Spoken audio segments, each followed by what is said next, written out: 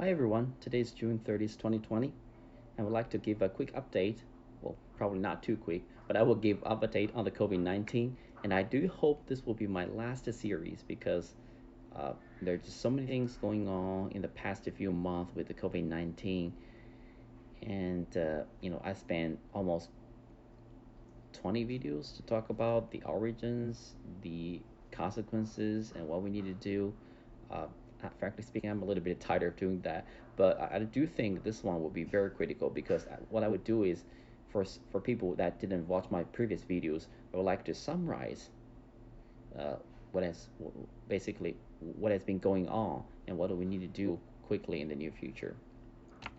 Uh, yeah, again, probably a lot of people are not, you know, are very familiar about this thing because you probably hear from the news the infection says exceeded 10 million.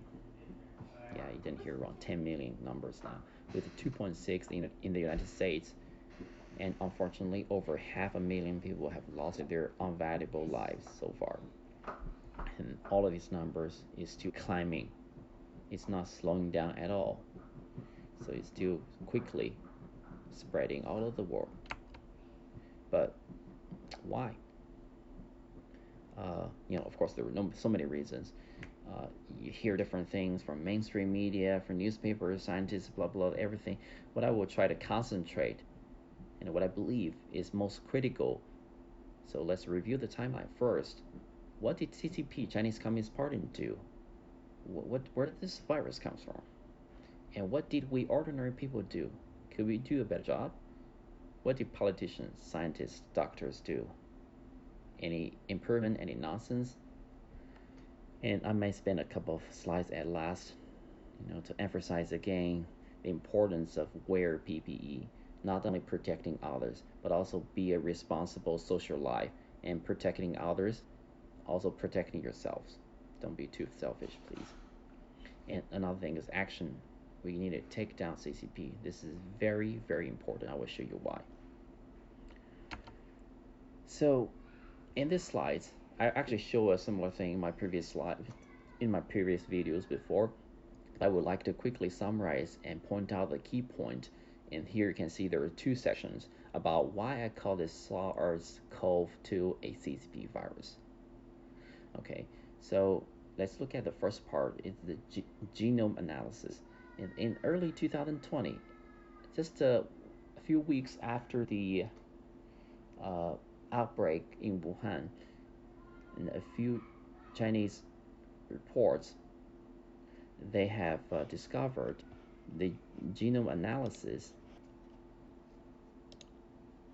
The genome analysis on this SARS-CoV-2, and there are two groups in China and published two separate papers, and one in the Lancet, the other in Nature, about the interesting findings about this genome analysis of the similarity to the previous the virus data bank to find out which one matches more with this SARS-CoV-2. Okay, so interesting in this table, we can see that they first compare with the two representative viruses. One is the SARS-CoV, which is the first generation of SARS.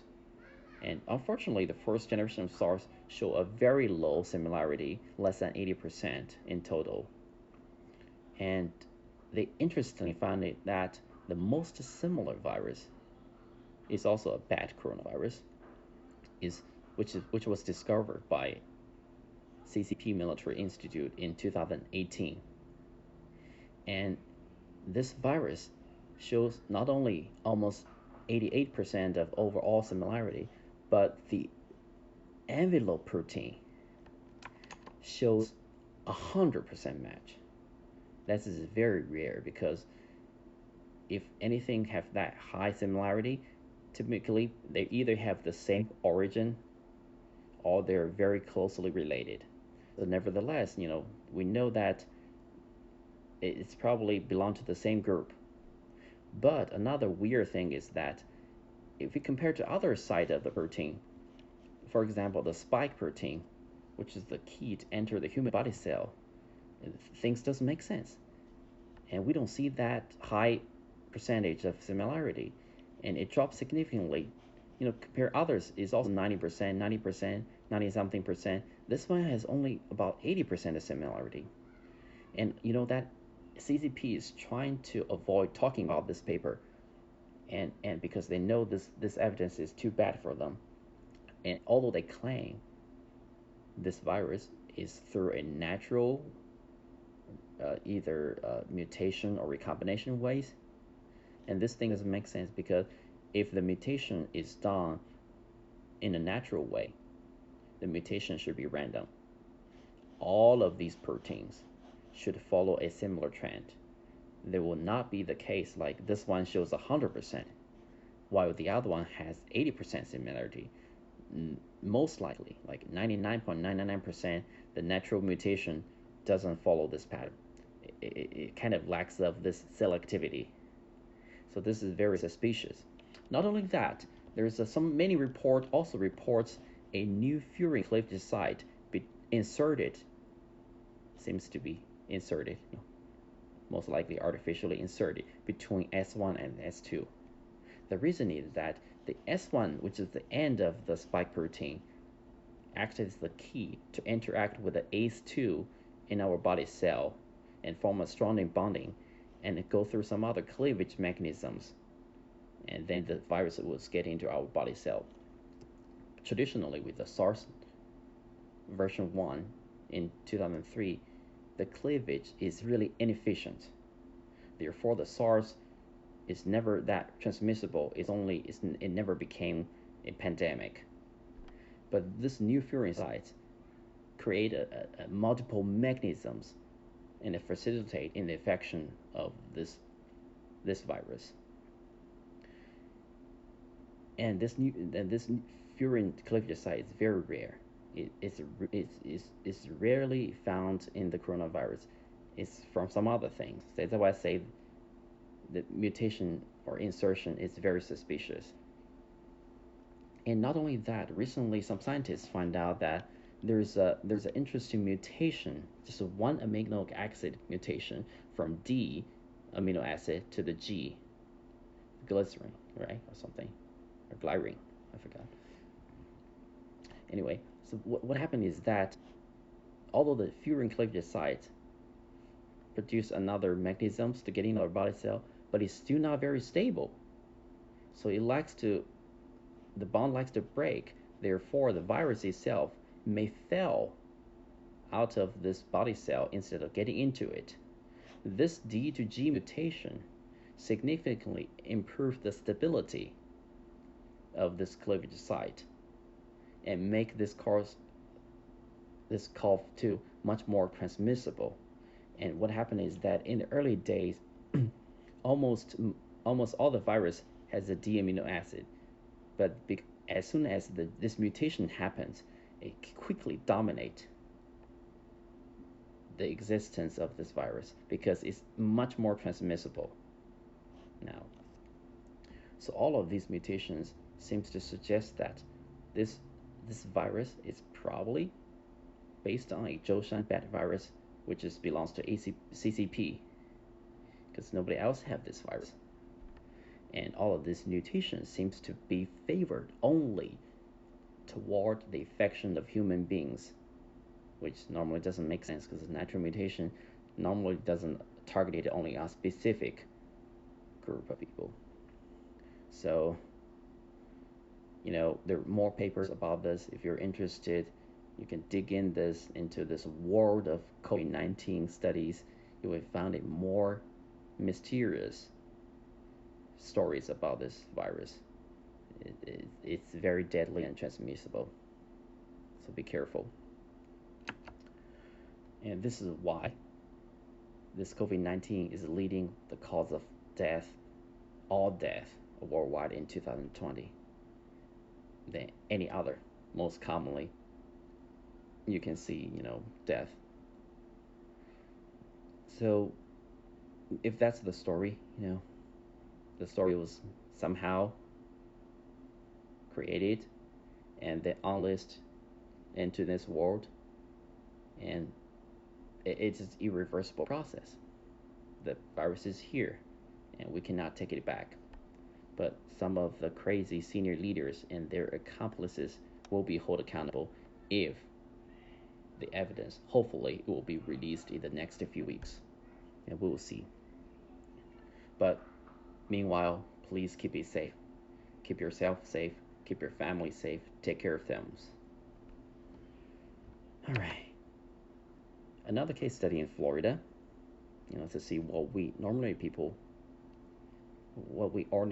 have been doing. So the Florida reopened the state into the phase 2 stage on June 5th, and which means almost all beaches, restaurants, and companies are now reopened, including some of the daycare center too. And what we're seeing is that after mid of June, the infection numbers quickly increased, almost double or tripled, and one day they even achieved almost 10,000 infections in just one state. And that is really crazy transmission. And you will see that the median age of the infected people, it quickly dropped to 35, which means more and more young people now get the virus. The dangerous thing of that is most young people, they're healthy, so they're not severely affected, but they can carry this virus because they have mild symptoms, they're asymptomatic, and they may get this virus to their older generation in their family. And even right now, we don't see a high mortality rate. That doesn't mean we won't see that in the future. So we still need to be very careful. Also the ongoing protest. It's really hard to keep social distancing, and wearing face masks, all those things is difficult to achieve. So let's please do a better job. And not just us. How about the expert, doctors, medical expert? What are they doing?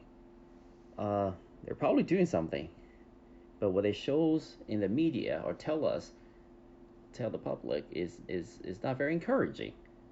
And you will see that last week that NIH halted the clinical trial of hydroxychloroquine. I know it's a controversial things going on, but I will show you my understandings. And I summarized several critical slides in this video, and I will show you about what we can do with this. Anyway, but what I don't like is in that report I couldn't find any details. It seems like they just wanted to halt for no reason. And where's the data? Where's the report? How is this based on? How reliable it is? Is it based on your own report, some other's report? And NIH, you guys supposed to be the experts of the expert. And this study has already started in May. It won't take too long to finish. Why wouldn't you wait? And because this is so critical, why would you take the risk? I wouldn't do it. Any information, any studies will be helpful to make a final, good, reliable, and responsible decision. So, and then FDA, they cited the NIH's irresponsible report. They said, oh, okay, we're going to revoke the emergency use of this hydroxychloroquine because their colleagues seems to tell them that way. So we'll review some of the negative and positive effect of hydroxychloroquine in the next few slides. But there's some concern about the safety. Of course, nothing is 100% safe. Even water is not 100% safe. But CDC, let's cite what CDC tells us. Who can take hydroxychloroquine? Hydroxychloroquine can be prescribed to adults and children of all ages. They can also be safely taken by pregnant women and nursing moms. So as long as the dosage is right and you don't have pre-existing or allergic reactions, everybody can take this medicine safely. Plus, it has been used for decades. It's such an old medicine for malaria, for lupus. Millions of patients have proven that the side effect is not that horrible. At least it won't kill you. unless you take overdose. So again, I don't know what NIH says, but there's several research groups try to attack this hydroxychloroquine, but they mostly cited two reports. Let's look at them individually and see what it is. So one of the most commonly used one is from this paper published in Lancet in May, claiming that the hydroxychloroquine has no impact at all. So no benefit at all. But 2 weeks later, the paper was retracted because the fake data provided by the co-author. Shame on you, the Lancet. It's just such a critical topic, and you guys didn't do a thorough review, a peer review on these topics? Or are you guys just lying? I don't know. But this is really bad reputation for this journal, because this journal is supposed to be a renowned medical journal. But now we cannot even trust these medical experts. So basically, I can show that is one of the report, 50% voicing there's no benefit of hydroxychloroquine is not valid. So we cannot trust that. Okay, let's look at the other one. Also from a very, very old and reputed, renowned school, Oxford University's report. So there are two professors. I want to mention their name because their name will be remembered. Any consequences, we're gonna review it later on after this COVID-19 is done. Professor Harvey and Professor Landry. Let's see what bad things they have been doing. So in this report, they also did a study of hydroxychloroquine and use it for COVID-19 treatment, and they claim there's no clinical benefit because the most patients died after either with or without hydroxychloroquine. But let's see what they do. First of all, most of these studies, they're biased. They already picked that severely ill patients. Not only that, this very bad thing this group study did, the patients were given a significant overdose of hydroxychloroquine. And if you look at the table, the dose they do, they initially give 800 milligrams, immediately 6 hours later, another 800 milligrams. And for the first day, 2,400 milligrams of hydroxychloroquine was provided. And then they keep doing 800 milligrams per day after for 10 days.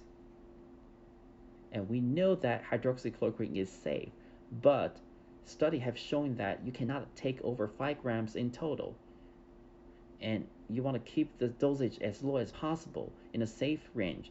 And FDA suggested 800 milligrams on the first day and 400 milligrams daily. Not only that, Dr. Zelenko's prescriptions that showed benefit, see what they use. They use 20 milligrams twice a day, which is 400 milligrams a day. And azithromycin, they always use that, there's no problem. And also zinc, don't forget about zinc. So the two things in this thing, you used overdose of hydroxychloroquine, which may kill the patients. And plus, there's no ink was used, although scientists and doctors know the importance of the ink in inhibiting this coronavirus. And there is this also synergistic effect between zinc and hydroxychloroquine. Why no zinc was used? This design of a clinical trial is completely flawed. I don't know what to say. There's only one reason that they want this trial to fail. They want these patients to die. How come a human being can do this bad thing? I don't know what to say. But anyway, I want to disclaim that this is not a medical recommendation. Please refer to your medical doctor if you want to take hydroxychloroquine. And, you want to check if you have pre-existing conditions or any allergic reactions. Although I do believe, I can assure you later, low dosage for all normal people, normal healthy people, there's no problem. And I will, actually, if you search online, or if you, like me, like reading literatures and papers about this thing, you will find dozens, over 20 papers showing that hydroxychloroquine is somewhat effective. So I'm going to pick up one published recently from French scientists, and they use hydroxychloroquine and compared to without ones, you can see a dramatic increase in the survival rate. But the key is that you want a faster treatment, you want an early diagnosis, you want early isolation and early treatment with hydroxychloroquine. So that's the key. If you wait until you become a severe condition, hydroxychloroquine won't help you. Maybe remdesivir, maybe not. I don't know about that part. And there's also a report about the hydroxychloroquine as a preventive drugs. Let's look at this India published paper, what they do. So more than 4,300 healthcare workers, which may have high risk of exposing to the coronavirus. So they're taking hydroxychloroquine as a preventive care. And so far, only 45 health persons are tested positive, but they are also recovered later. No death. About 1% of infection, 0% of mortality.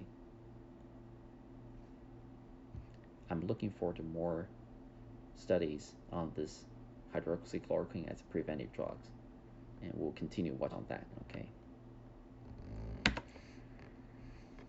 And I don't know how come I found this, but I do find it. Although NIH and FDA try to ban the use of, or at least not recommend the use of hydroxychloroquine, but there is an Association of American Physicians and Surgeons. They sued FDA to end its arbitrary restrictions on hydroxychloroquine because they claim that there is no legal or factual basis for the FDA to limit the use of hydroxychloroquine. This is exactly what I talked about in the previous slides. They just want to halt the study for no reason. I don't know why they stopped it. Because the purpose of the trial to find out whether it's useful or not. And before even they want to find the cause, and they stopped it. They don't want to. They don't want to stop. They don't want to study it. It makes no sense to me. And plus, many foreign nations, including China, India, South Korea, Costa Rica, and blah blah blah, they all use hydroxychloroquine, and all of these countries have a lower mortality rate compared to U.S. and Western world, who try not to use hydroxychloroquine. And plus, zero mainstream media in the United States reported this news, neither left or right. Doesn't matter. They're all silenced for whatever the reason. And just yesterday, we saw the news, encouraging, or what, I don't know, but Gilead's new drug, remdesivir, which also shows promise in curing the coronavirus, but it cost over $3,000 for patients with private insurance. And if you compare the cost of hydroxychloroquine, 100 tablets, I think it's more than enough to use as both preventive and also the treatment drugs. And depending on the insurance, you're getting around $40. So which one you want to spend? As a person, personally, I probably prefer to spend $40 for cure. But the government, the companies, the drug companies, the vaccine companies, they may not want that. One of the possibilities I suspect that is this cheap generic drugs will hurt the interest of these big drug companies. So they don't want to use these drugs to cure this disease because they make no money. And they spend hundreds of $millions in the research. They want their money back. The investor want the money back. Anyway, another very sad news is the Chinese Communist Party government is trying to push for a new act that it is called National Security Law to stop the one country, two system in Hong Kong. They try to keep Hong Kong under the Chinese laws or CCP laws. And the Chinese Hong Kong people, they're so brave. These heroes, they're fearless. They fight for the freedom of Chinese people and Hong Kong people. Try to go against CCP, but their peaceful protest was suppressed by these violent CCP police. And tomorrow, July 1st, there might be, I've heard there might be a big protest again from these brave people. And I want everybody, we should stand with Hong Kong. They're our heroes. They're trying to get rid of CCP and save the world. And good news is the US is taking the action. Thank you. They finally decided to revoke the Hong Kong special status. And this is the first, not first, but maybe one of the first few steps to take down CCP. Okay, just to summarize, and I want to be safe. I want everybody to be safe. So I want to emphasize this again and again. And this SARS-CoV-2 CCP virus is very contagious, and may lead to many mysterious sequelae too. So please take care of yourselves and your families. Don't get the virus, and don't give it to others. Protect yourself, protect others. And an invisible war initiated by CCP already begun.